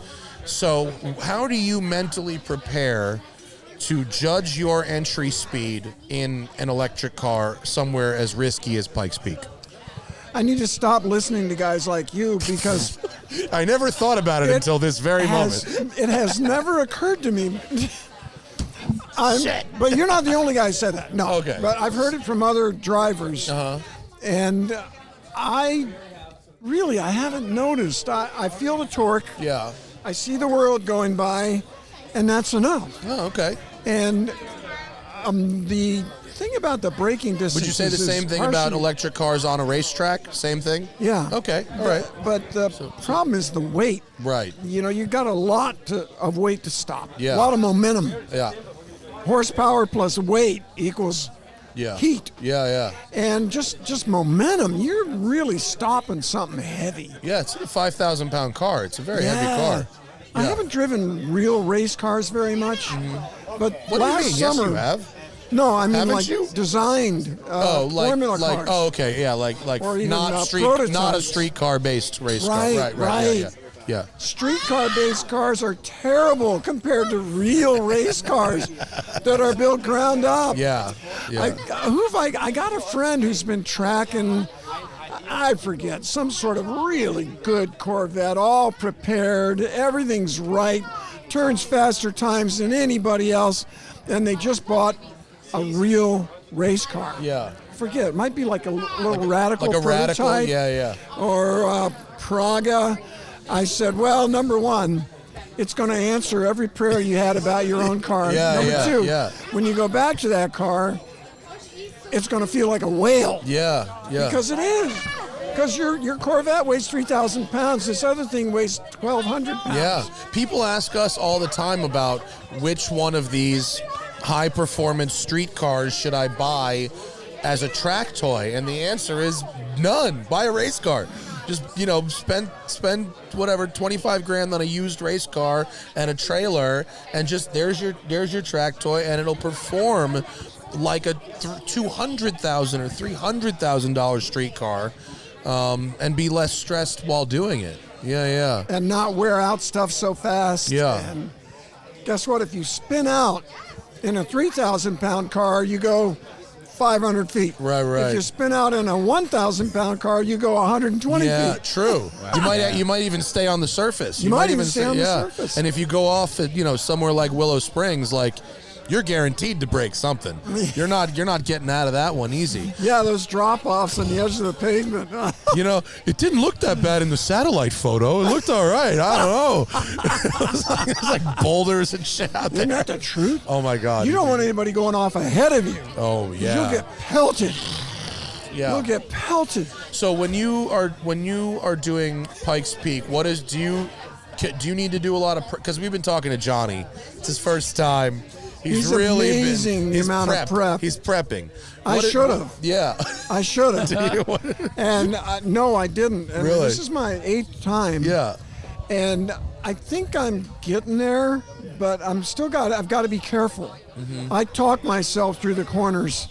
And Johnny's doing a whole lot of sim with a coach and all this great stuff that I should have done. He's out with Jamie Morrow. Yeah. Who's an excellent coach. Yeah. And a very fast driver. It's hard to remember. There are several sections that look a lot alike. Mm-hmm. And I know a couple that are super dangerous because in 3 or 4 of the corners, like there's a section called the W's. Yeah. And before that, there's Ragged Edge. And in these corners, you're going around the mountain. You got blue sky on the right, mountain on the left, and you have to know that you keep your foot down till you see a guardrail appear. Right? Mm-hmm. Well, there's one where there's no guardrail. It never appears. That's the Jeremy Foley Memorial Corner. Oh, okay. If you've ever seen the huge Mitsubishi Evo crash, Yeah. Right. that's the one. Yeah. And that was his problem. Was there a guardrail until he took it out, or was there never no one? guardrail at all. Okay. He just didn't remember where he was. Oh, yeah. He was waiting for that guardrail to show up, and by the time he noticed it, Oops. I got a story about that. I was running an Audi about 5 years ago. Good car, 1.8 turbo, 450 horse, 034 Motorsport. Oh, And- yeah. 034 makes a good car. Yeah. Yeah, in Bay Area. And I'm up in the W's. In that corner, the one that doesn't have the guardrail, there was a little pile of rocks. I mean, it was only 6 inches high or 8 inches high. But on the right side of the road, on the blue sky, there's nothing else around. And the first time I came through in practice, I saw that pile and I went, somebody did that. Yeah. Someone made a cone. Someone made a turn-in cone out of rocks. Pile of rocks.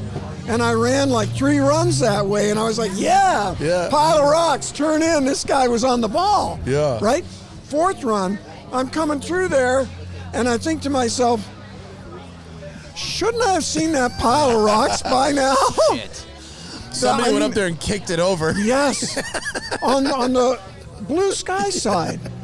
I don't know if it was a photographer or what the hell happened, but the pile of rocks was down, and I had that in my mind, like, wait a minute, was I? And then, like, scream, blood-curdling scream, because I'm doing a Jeremy Foley.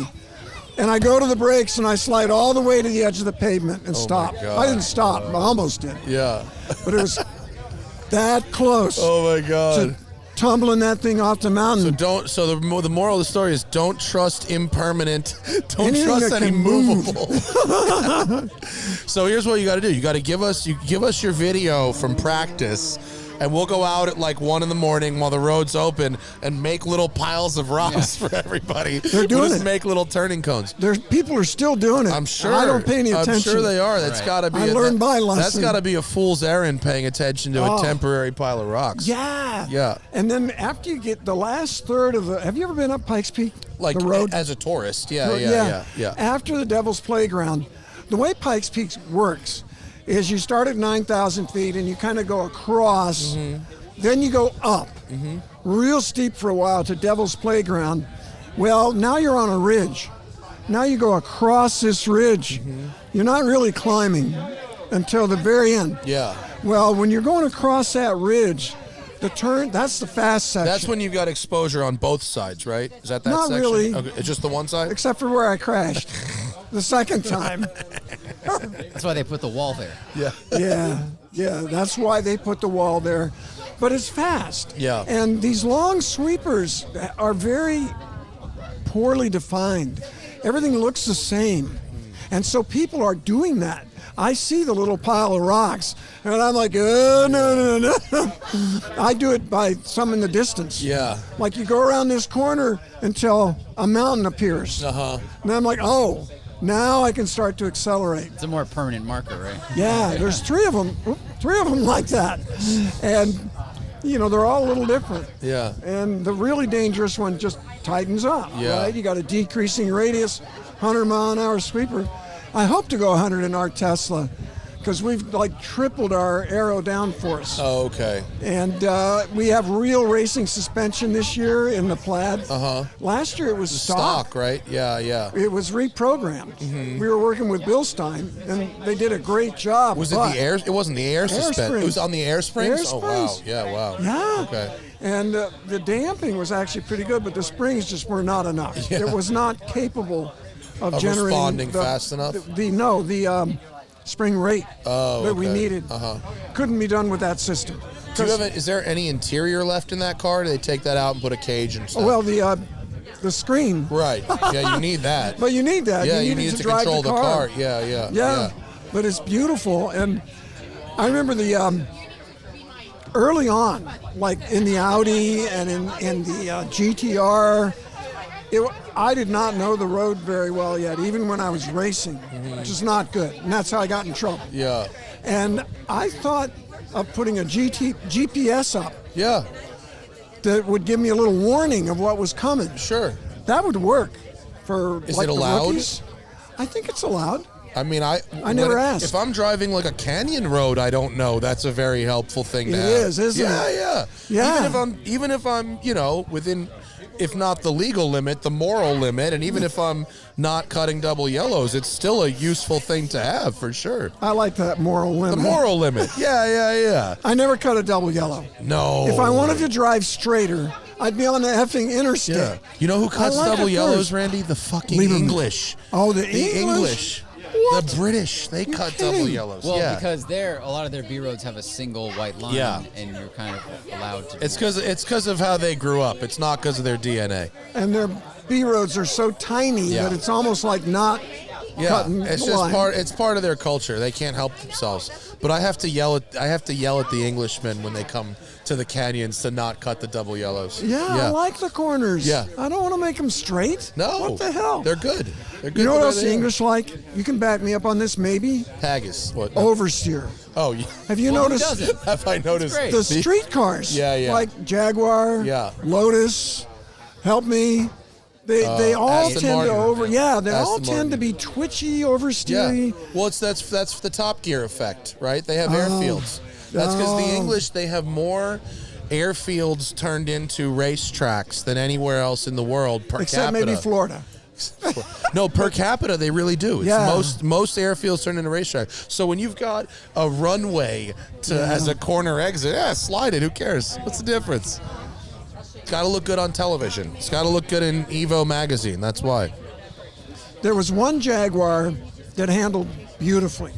I think it was an XKRS GT. Yeah. Do you remember that car? Yeah. It was very expensive. The one with the wing on it. With the wing. With the wing on it. Yeah, XK. It's like it they was. had a different guy set that up. They I sent could it tell. to like Walkinshaw or somebody. Yeah. I don't know. It Yeah. was beautifully balanced. It Yeah. put power down. Those were The nice. Those were Jaguars, great. all they do is spin the tires. Well, I mean, they don't hook up. I don't think the English much power. understand that level of torque yet. Well, they had to make the F-Type all-wheel drive because people kept lighting up the rear. Yes. Yeah. Yes. They just came out with a new one that has a smaller V8 and is back to rear-wheel drive. The 450. Okay, and have you driven it? I haven't yet. I keep bugging them about it, but it's wonder got if they- a little less power and then back to rear-wheel drive, and it's supposedly a little more manageable and less hairy.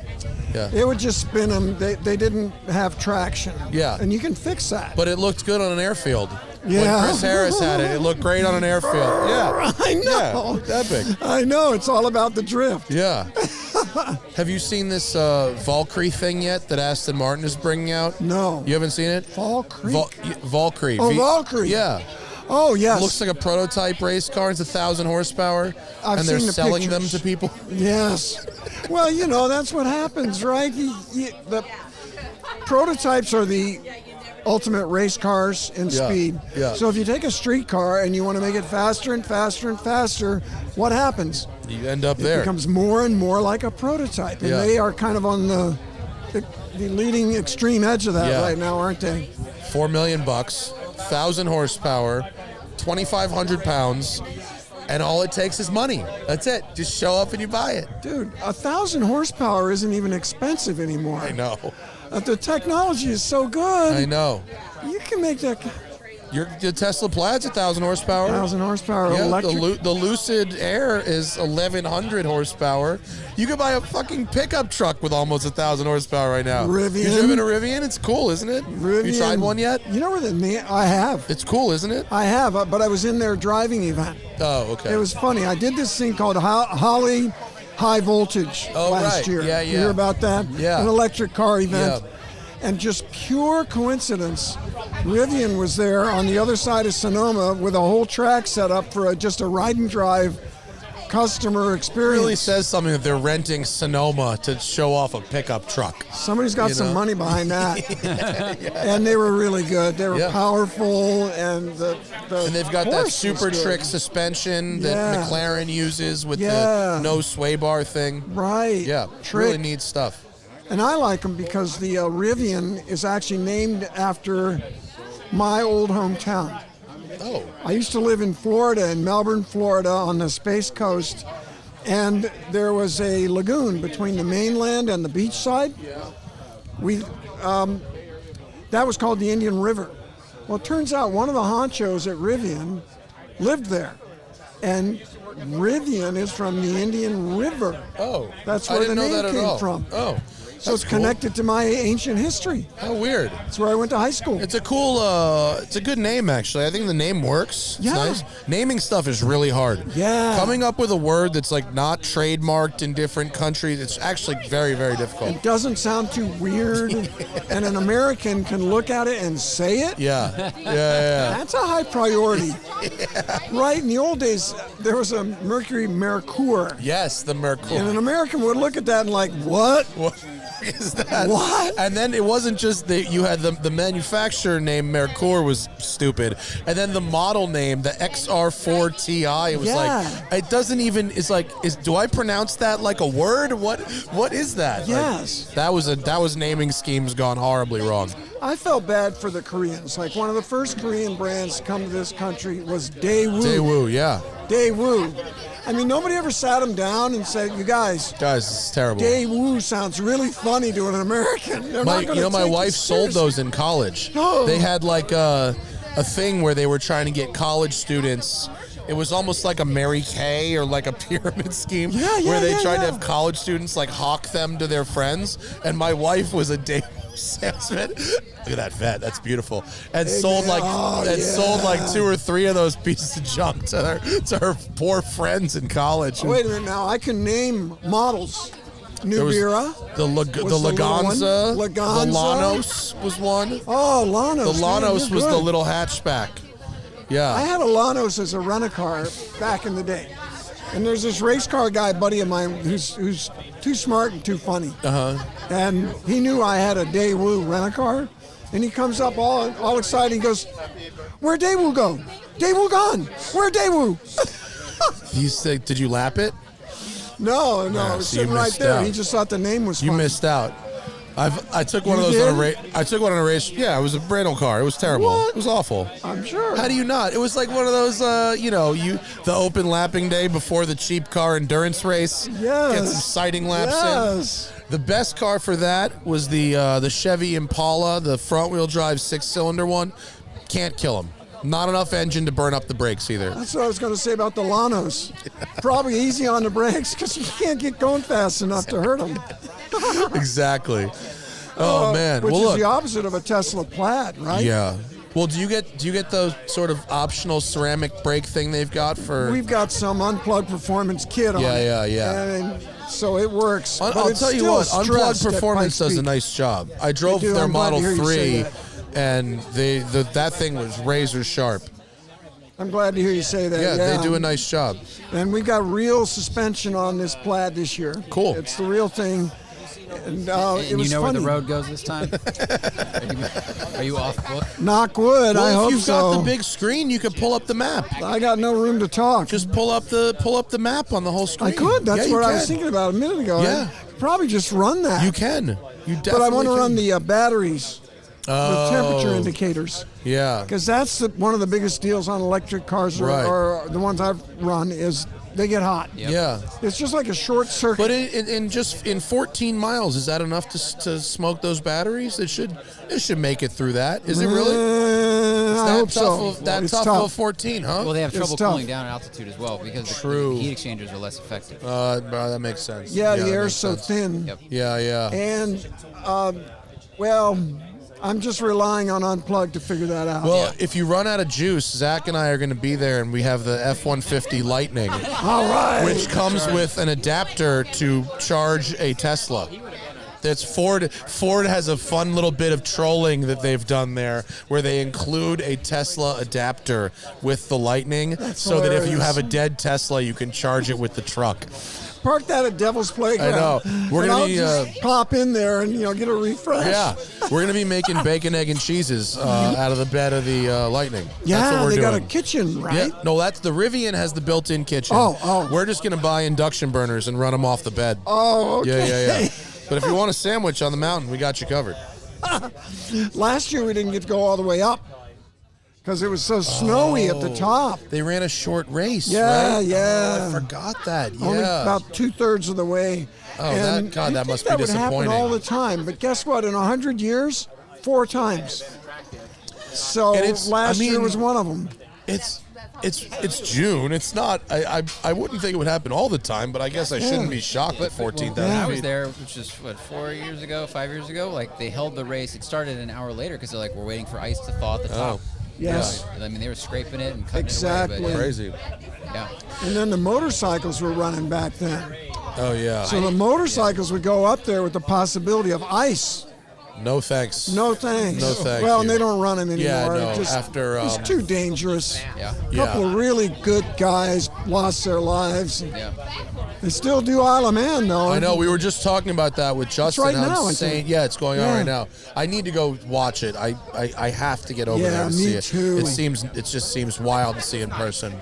So anyway, the rest of this weekend we got runway, we got racetrack, you're going to be driving whatever you can get your hands on.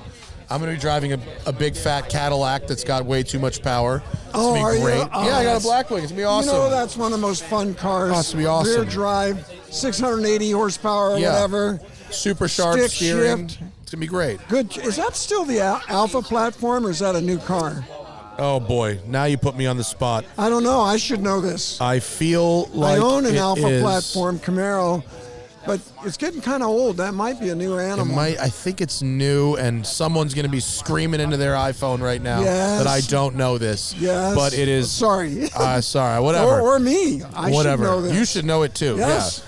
It's Randy's fault for not knowing I drove it. I did that show with Jason Camissa. it. But it's But it great. Who handles cares what the great. platform is? GM It's Alpha great. 2. GM Alpha 2. It's the Alpha 2. Right. Okay. All right. Well, it's Well, it's awesome. still good. And it'll be fun. And there's all these guys with all this crazy stuff out here. And Everywhere. it's going to be. I'm going to add it up. I'm going to see how many tens of millions of dollars can be on the track at one time. It's a lot. Last time they did a Bugatti only session. It'll be hard to top that, even though there were only like 6 of them. I mean, it's pretty Hard good. to top that. That's pretty. I talked to one guy, the first guy who was here when I sat down, and he listed off the cars he brought, and it was staggering. I think I met him. Yeah. P1, It was. SF90. Yes. And yeah. on and on and on. Yeah, La FXX, Ferrari. Oh, FXX. FXX, Senna GTR, the Lambo Essenza, those and on and on. Wow. And more. Yeah. It was Wow, next. It was that's next not the level. guy I met. That's It was somebody else. absolutely next level. I think I know him though. Well, we'll see you 2 weeks at Pikes Peak after this weekend. Yeah, we'll on be my broadca- birthday. It's your birthday? On my birthday, June 26th is Nice. race day. Excellent. So, you know, Luck will be It'll on be a your good side. one. It'll I'll be be a good up one. Yeah, weather and all that will be on your side. yeah. And I think that's our show. We got it's an hour and 36. That's our show. We'll be back next show. I'm going to be with the CEO of Aston Martin and the Multimatic test driver and responsible for the Valkyrie. Recording that tomorrow night at dinner. That'll be cool. And thanks to all y'all for listening. Thanks to Randy, Justin, and Ben for their time, and Alessandro, Ryan, and the Hypercar Invitational guys for So I for finally having get, us. is this the smoking tire? Yeah. I've been on the smoking tire? Finally. Man, Finally. thank you, man. You're here. Oh, yeah. You're finally here. That's it. great. It is the Smoking Tire Podcast, and we'll see you guys later. Bye.